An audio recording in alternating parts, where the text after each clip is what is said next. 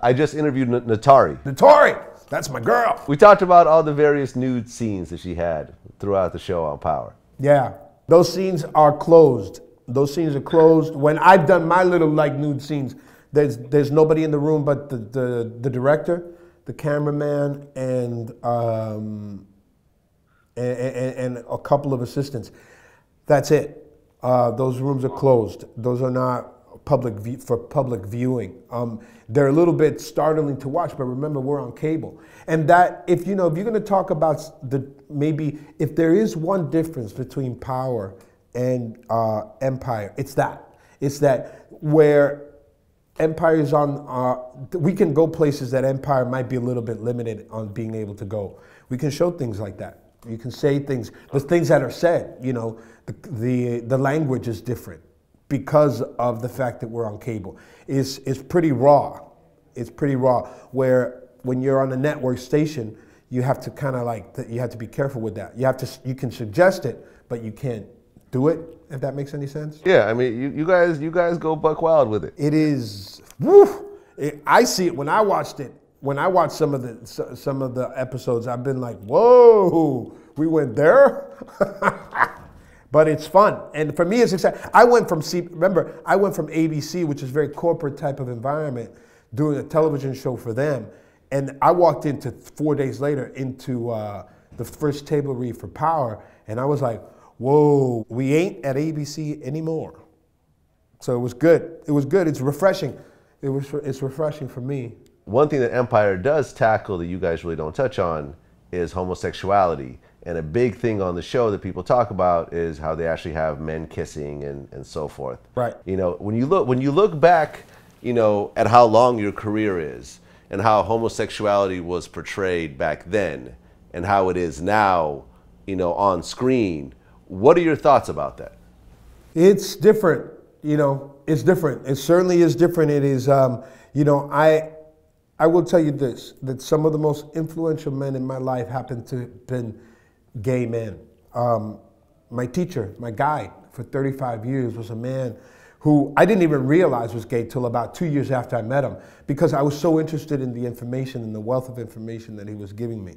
You got to hang up. It's like I told you, man, it's like, you got to hang up with something, your life will present it to you, straight up. And that's where we're at right now as a country, as a nation. I have a younger brother who has an alternative lifestyle also, and if you mess with him, you're in trouble with me.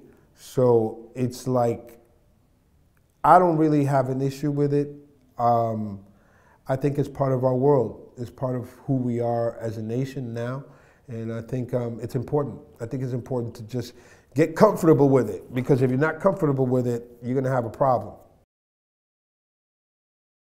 Yeah, I mean, it's, especially growing up in the Latino community, because you're Puerto Rican, right? It's always there, yeah, man. It's always been there in the Latino community. It's part of, it's part of the culture. It just wasn't something that was like talked about and everybody spoke about all the time. It was there and it was left alone. It was to some degree respected, although in certain circles it was like, oh, how can this be? Shit, I did an episode of Madam Secretary, where the president is confronted in a press conference with the fact that the big hero baseball player of the country of Venezuela happens to be gay. And it was like, whoa. And for some people, that's a big deal. For me personally, it's not a big deal, but in Latin culture, it is a big deal. It is. The masculinity, the machismo, all of those things come into play. And it's a question, I think, that in terms of its portrayal on television, be it through Empire, Power, Madam Secretary, whatever it is, I think it's something that, as I said earlier, I think people just going to have to get comfortable with it, because it's just there. It's not going to go away. Let's bring up a situation here. Let's just say that you finished filming season 2 of Power. Right. So let's just say that you just got the script for season 3 of Power, and your character became homosexual throughout the season, and there's gay sex scenes, gay kissing, everything else like that. Would you be fine with that?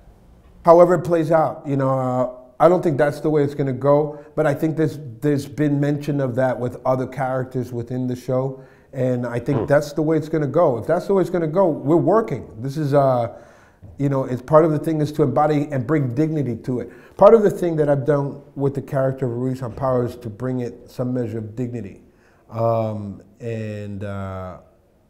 compassion,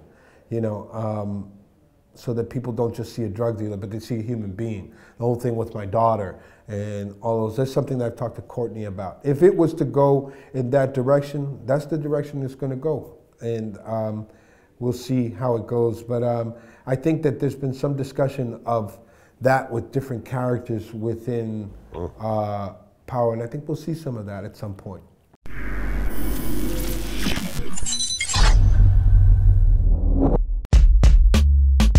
Man, I wasn't surprised. Have you ever been in a rap group? No, I have not. It was one of the most impossible things to do. And for somebody to be in anywhere in music that long, man, that's amazing, man. Like I just told y'all, when you own your shit, there's nothing else to say. It's the Eminem and 8 Mile theory. At the end of 8 Mile, Eminem got on that microphone, said everything that guy possibly could say bad about him. He owned his shit, and the guy couldn't even say anything.